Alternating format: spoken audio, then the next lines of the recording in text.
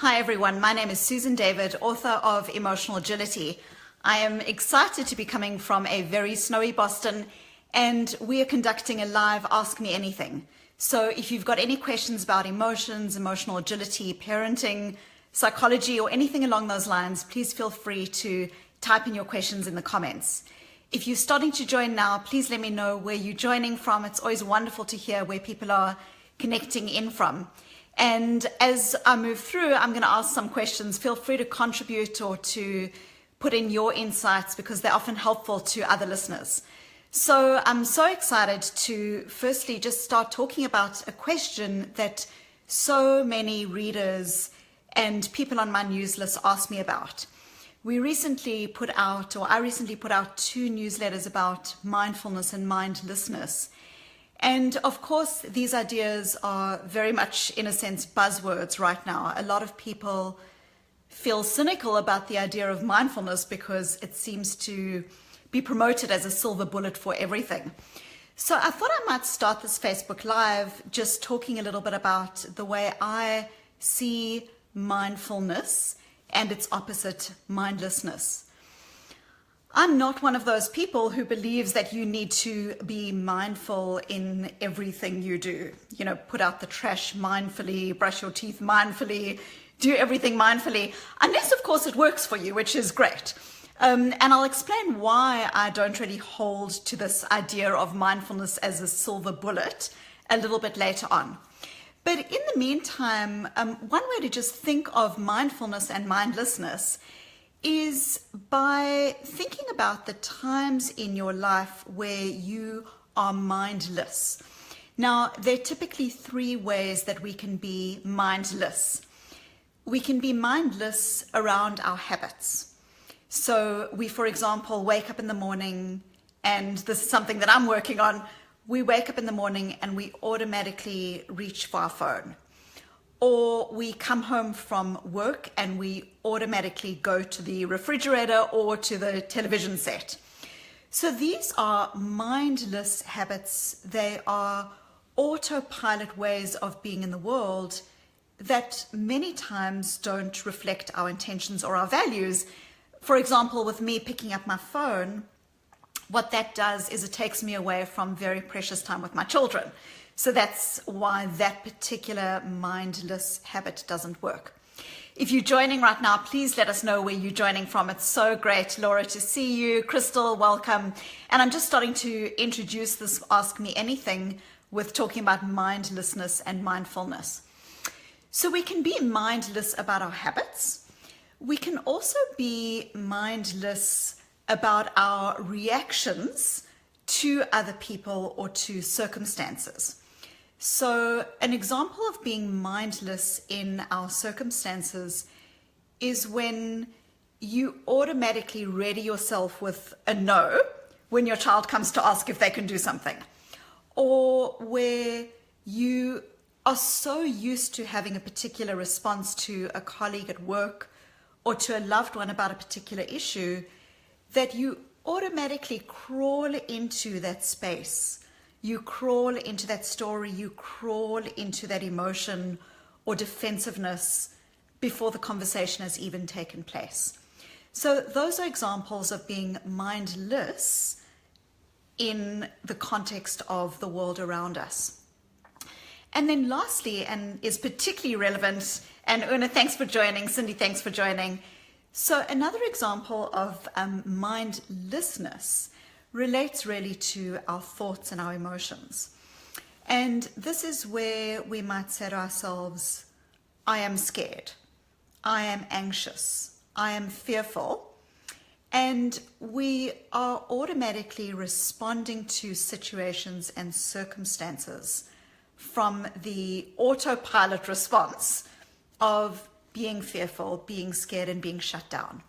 So those are examples of mindlessness. So they show up in our habits, they show up in our everyday circumstances, and they show up in the way we crawl into and become entangled with our emotions in ways that don't serve us. So welcome if you're joining. It's so great to see everyone live, and we're talking today about Ask Me Anything, but I just wanted to briefly talk about something that I've been emailing a lot about and thinking a lot about, and this is this idea of mindfulness and mindlessness. So one of the things that I mentioned at the beginning is that I'm not someone who believes that one should be mindful all the time. And there are a couple of reasons for this. Firstly, as human beings, we are actually cognitively designed to be mindless. So we are designed to quickly put things in categories. You know, that person's a good person, they're a bad person. I should trust them, I shouldn't trust them. And often these ways of sizing up the world, sizing up our circumstances, are truly evolutionary and help us to make very quick gut decisions that enable us to survive and be effective in the world. So that's one reason that I think it's impossible to effectively be mindful every second of the day. Another reason that I think being mindful every second of the day is tough, if not impossible, is that it actually brings us into a space where we are so in our minds, in our inner being, that we are often not actually really connected with things that are going on around us, and in ways that we know from a cognitive perspective can actually lead to a sense of overload. And what I mean by this is, if you're walking through the world constantly trying to be present, be connected, be focused, that actually we know takes up cognitive resources. And there have been some studies showing that this kind of way of being can, for example, impact on memory. It can impact in different ways because we have a cognitive overload. So when do I think mindfulness is important? And if you're joining me now, thank you so much. Let me know where you're watching from, and I'd love to hear any comments or questions. You can ask me anything. I'm just starting to talk about mindfulness and mindlessness. So when do I think mindfulness is important? I really believe when we look at the research and we look at effectiveness in how we love, how we live, how we parent, and how we lead, is that we want to be mindful in the context where we know we tend to act against our values.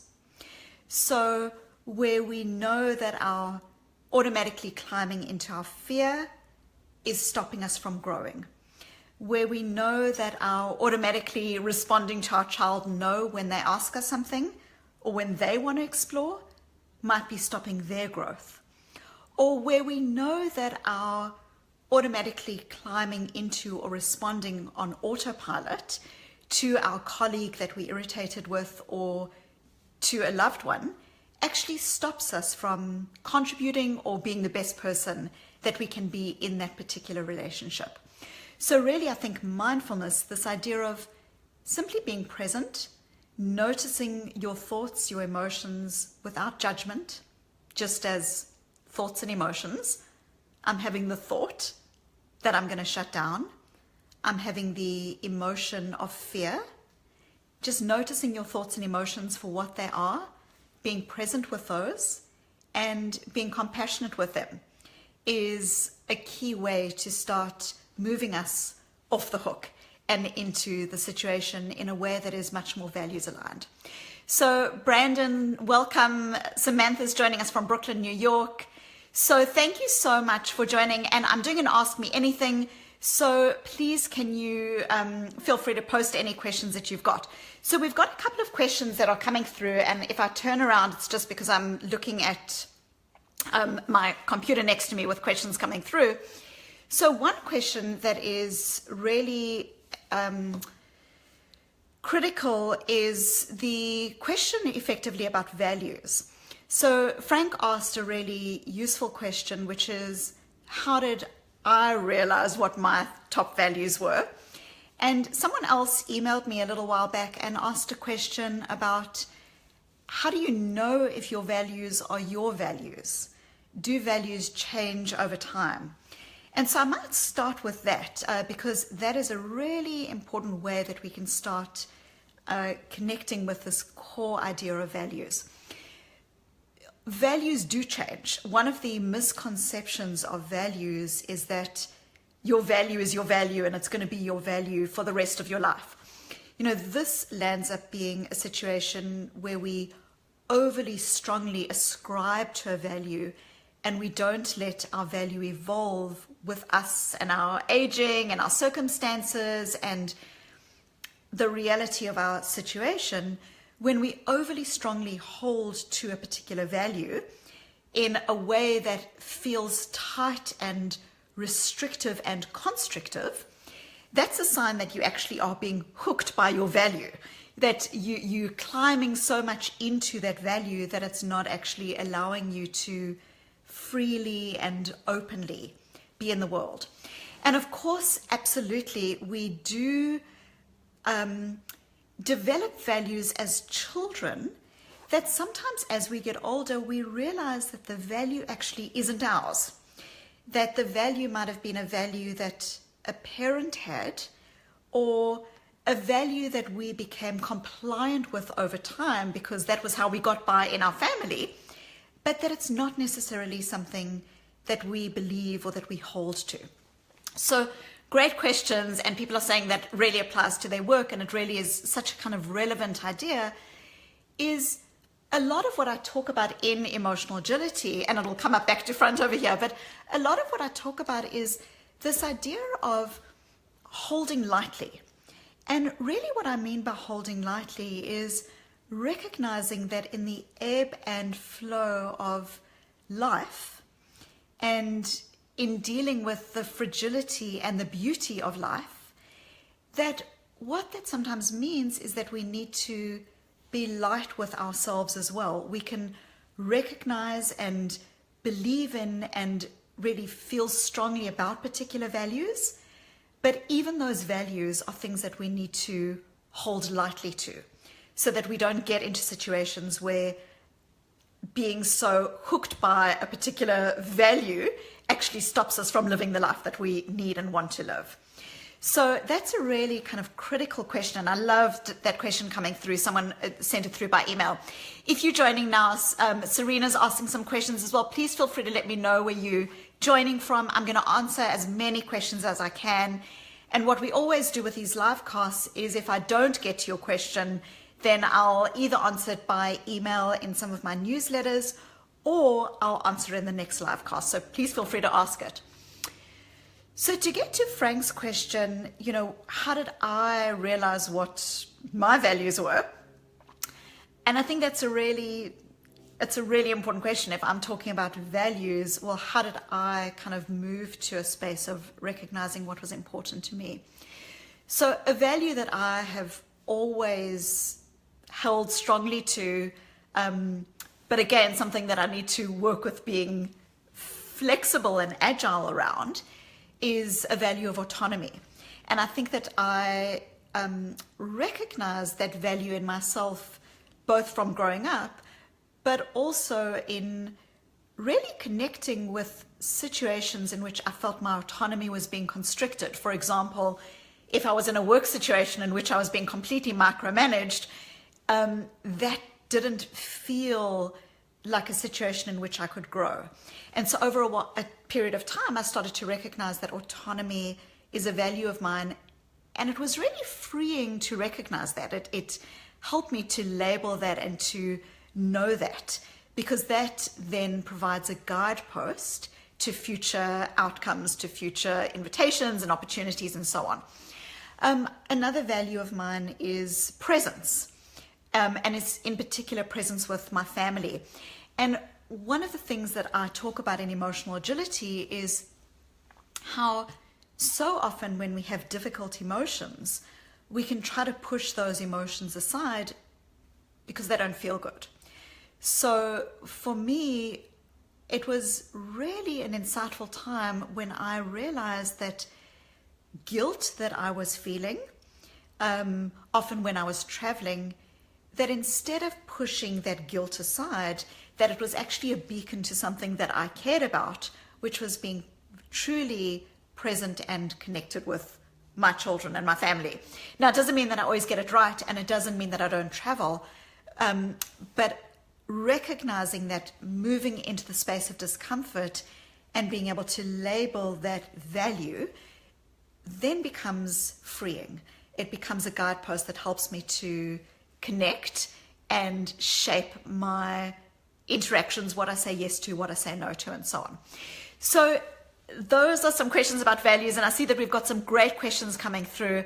Hi, Rachel from Boston. Please let me know if you are joining us, and please feel free to put any questions in. So Serena asks such a beautiful question, and I think it's such an important question, which is suggestions of how to release unnecessary anger related to being overwhelmed with requests for caregiving. So, you know, I remember a couple of years ago going to a conference in which people were talking about flexibility at work. And it was so fascinating because often when we think about flexibility, we think about being able to be flexible as a parent. But what they mentioned in this conference, and it's just so pervasive, is so often flexibility is actually much broader than that. It's often flexibility around caregiving for elderly parents, for sick loved ones, and so on. So, Serena, there are a couple of thoughts that I've got, but I'll just share a couple in the immediate term. And that is to actually kind of recognize with compassion in yourself that what you are doing is tough. It can be so easy to try set ourselves up, and I'm not saying that you're doing this, but to set ourselves up as someone who needs to be the, you know, iconic caregiving person, and to stop delivering the compassion to ourselves, which is recognizing that caregiving and demands for caregiving are difficult. And it doesn't matter what the context of that caregiving is, they can be really difficult. So being able to enter into that space of compassion with yourself is just so important. And then with that, and I don't know the circumstances of the caregiving, but to also be able to recognize that asking for help in whatever way, shape, or form can be really difficult for the person. And so being able to enter into that compassionate space is really critical. And then another really important aspect of caregiving is recognizing at a deep level when you need to ask for help.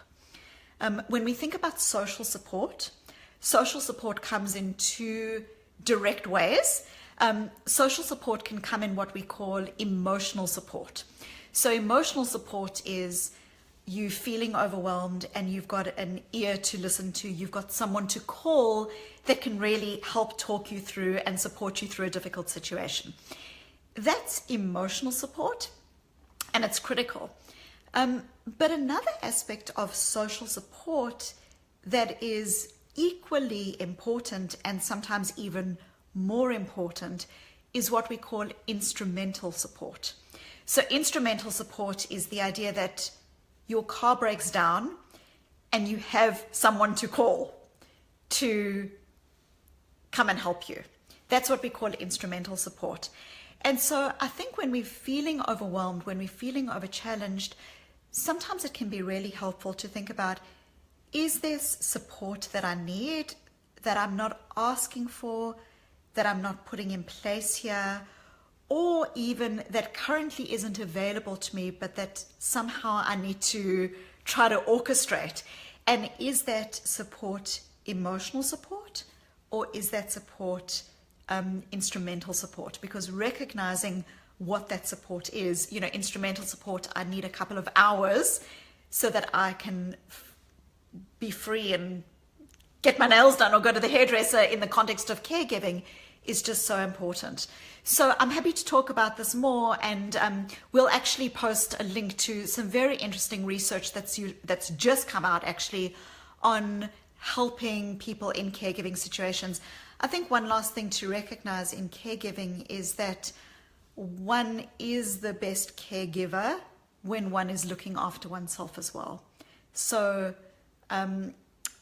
being able to, and I know this is not always easy, but put structures in place is just so helpful to move into a situation where you feel that there's a little bit of breathing that's coming into your circumstance at the moment.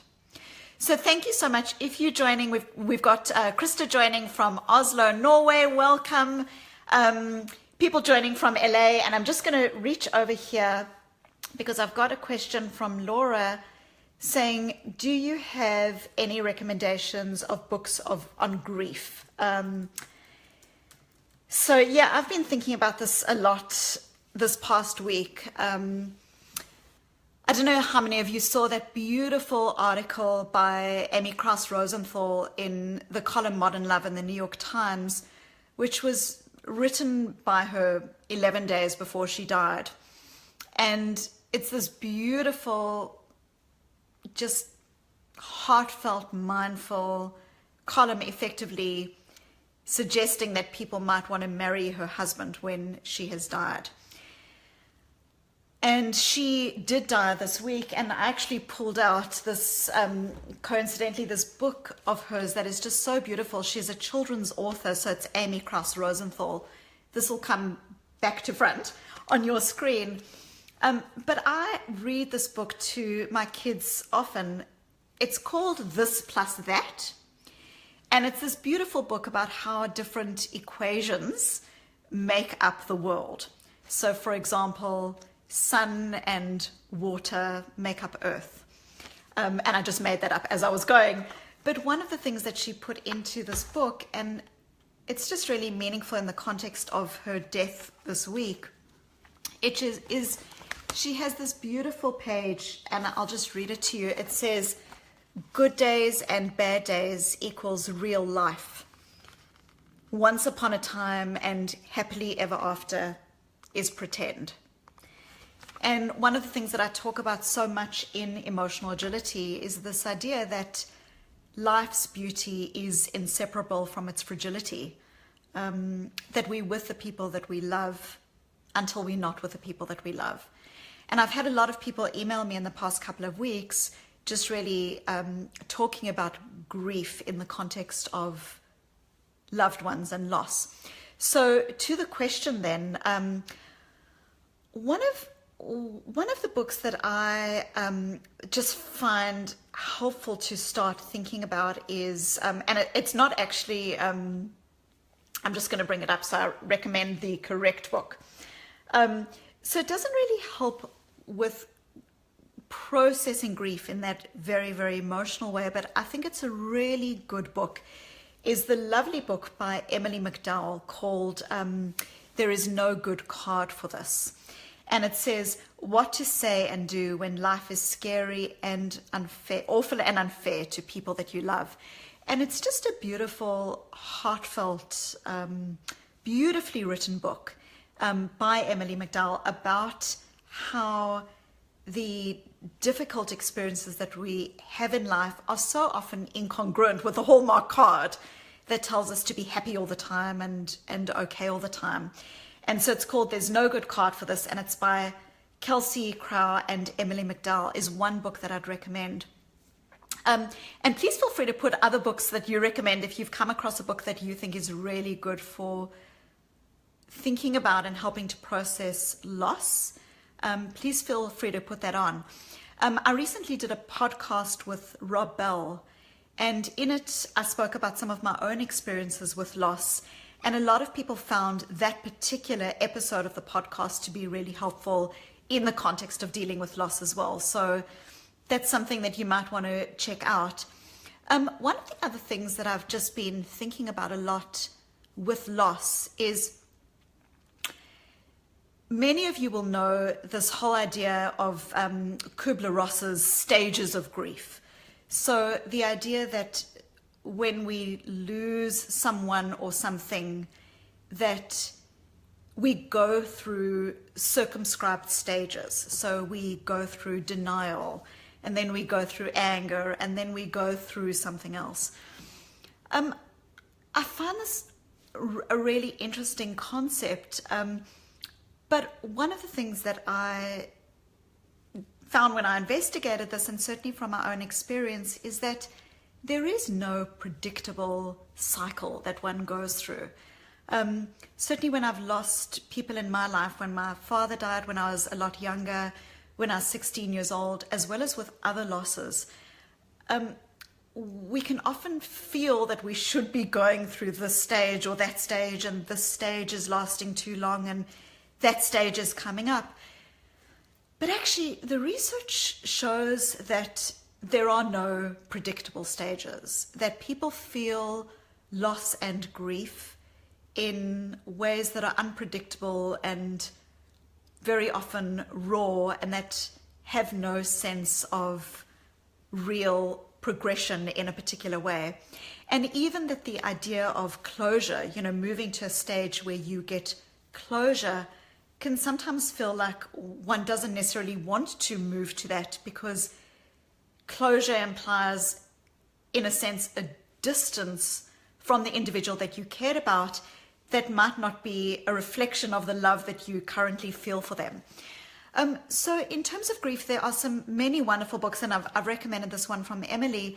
But I think with grief also is allowing yourself compassionately to feel the emotions and to recognize those emotions and to label those emotions and to be with those emotions is just so fundamental, rather than necessarily feeling like we've now got to move on to another stage. So thank you for that question, and thank you for joining. Just for those of you joining now, I'm Susan David, author of Emotional Agility. I'm doing an Ask Me Anything. If you've got any questions that you want to ask about any aspect of emotions, psychology, parenting, and so on, please feel free to. I won't get to all of them today, but the ones that I don't get to, I will try to answer in a follow-up email or a follow-up podcast, which we often do. So a question from Patricia, and if I look over at my computer, it's just because I need glasses and I can't do both at once. So in big screen, big letters on my computer, a question from Patricia. How do you remove self-doubt when important life decisions need to be made? So Patricia, beautiful question, because part of our humanity is recognizing that we don't always have the answer. So the way that I think of self-doubt is, firstly, that self-doubt is normal. Life doesn't come with an instruction manual in making important decisions. And so letting ourselves off the hook with the idea that we have to have the right answer can be a really important first step. So it's not so much getting rid of the self-doubt as much as recognizing that self-doubt can actually just be an important, liberating experience. That's your brain trying to do the job that your brain was destined and designed to do, which is to protect you. So self-doubt can be a really important thing. And so much more than trying to get rid of it is sometimes trying to notice that self-doubt. Recognize that our emotions and our thoughts are data, not directions. So the fact that you have self-doubt about an important decision doesn't mean you shouldn't go forward with that decision. It just means you're having self-doubt. And at the same time, you can kind of move into a stage of the self-doubt in saying to yourself, what is the self-doubt trying to tell me? What is it trying to signal to me? What is the gut inside my gut feeling? What is that trying to say to me? So what is the purpose of the self-doubt? What is the self-doubt getting me? Is it getting me avoidance? Is it getting me somehow sabotaging myself? Or is it getting me some really useful information about the circumstance? And then also recognizing that self-doubt is important to notice, but Audra says data, not directions, poetry, but that's exactly right. But our self-doubt is data, not directions. Our emotions, our thoughts are information. They are data, not directions. So ultimately, you don't necessarily get rid of self-doubt. I think this idea that we need to do away with our fears, that we need to get rid of our fears, is something that is pervasive in our culture. But I think if you can kind of notice your self-doubt, not try to get rid of it, but recognize, what is it telling me? What is it getting me? And is the thing that it is getting me in the direction of my values? In other words, is my self-doubt stopping me from doing something that's important? Or is my self-doubt something that I recognize, I notice, and I'm going to keep noticing and still move forward in the direction of my values? Again, I love to say, courage is not an absence of fear. Courage is fear walking. Courage is about noticing your self-doubt, noticing your anxiety with compassion, trying to get a sense of what it's telling you, and then moving forward effectively. So welcome everyone. Thank you so much for joining. James, thank you for connecting here. First time on Facebook Live. Welcome, welcome. It's a really fun mechanism of just connecting and answering questions. So I'm doing an Ask Me Anything. I'm going to have another 5-10 minutes. If people have got questions that you want to post, if I don't get to them now, I will either answer them in the next Facebook Live or in emails that we send out. So a question from Jean Wong: how do you teach this to teens who suffer from anxiety? What are some mindfulness practices?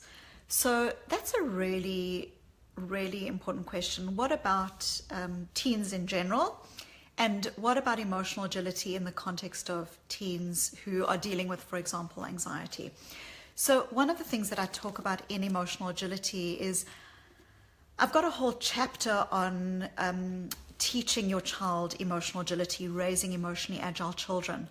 And one of the things that I'll do is post links to, in addition to the book chapter, I've also got 2 articles that I'll put links out to. The one is a New York Times article, which is called Teaching Your Child Emotional Agility. And then the other is an article that I was interviewed for actually last week for NPR.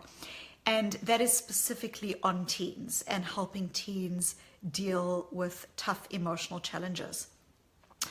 So just some key principles. One of the things that we know when we are dealing with children and teens who are going through difficult experiences is that often as parents, we want to protect them. We want to make things right for them. And sometimes what that can lead to, and I know I've done this in my own circumstances, sometimes what it can lead to is us almost moving into a stage where we, I don't want to say collude because that's the wrong word, but where we recognize their anxiety and we help them to be avoidant of the things that they are anxious about. And if there's one thing that we know through psychology, it's this, that what you avoid sends a signal to your brain that you actually were in a situation of fear and that your avoidance has kept you safe. And therefore, avoidance actually perpetuates the anxiety. So let me say that again. What we know is that avoidance, so saying something like, I'm really scared of the spider, therefore I'm not going to go into the room. What that does is it physiologically, when you avoid the room, it gives you a sense of relief. Gee, I'm now safe. I didn't go into the room because the spider's there. But what that actually does is it strengthens your fear of spiders. So what it does is it signals to you psychologically that the reason that you are safe is because you avoided. So the way to strengthen phobias, the way to strengthen a lack of growth, the way to shrink our lives is through avoidance. So that out of the way, for anxiety in children and teens especially, one of the things that's really important is to really be able to be present with your child. So that's not to say to them that their avoidance is right, but to really recognize that even though you might not be fearful of that situation, you might not be anxious, that is very real for your child. We might not see why the first day of school might be difficult, or why going to a party or interacting in a particular way might be difficult. But for your child, that is really is something that is causing them anxiety. And so in the same way as adults, how it would be very disconcerting and invalidating for someone to say, don't be anxious, or it'll be okay, or it's okay, it's okay. That would make us feel like we're not being heard. One of the critical aspects of emotional agility in adolescence is really just helping them to be in a space where they see you seeing them. They recognize that you see them, that you empathize with them, that you feel for them, and that you can connect with what they're going through. Doesn't mean you would be scared of the same thing. It doesn't mean that you're going to, help them to avoid the thing that they're anxious about. But really that you see them. And one of the beautiful greetings that I've spoken about a little bit before in a Facebook Live is when I was growing up in South Africa, people would use this greeting, sawubona, sawubona. Sawubona quite literally means I see you, and by seeing you, I bring you into being. And with children, with adolescents, feeling seen, that we see the anxiety is critical. Other ways that we can help them that's really important is helping them to label their emotions. So, for example, a child or an adolescent who's feeling anxious might just say, I'm fearful, I'm scared, I'm scared, I'm scared, I'm fearful, I'm really anxious about this thing.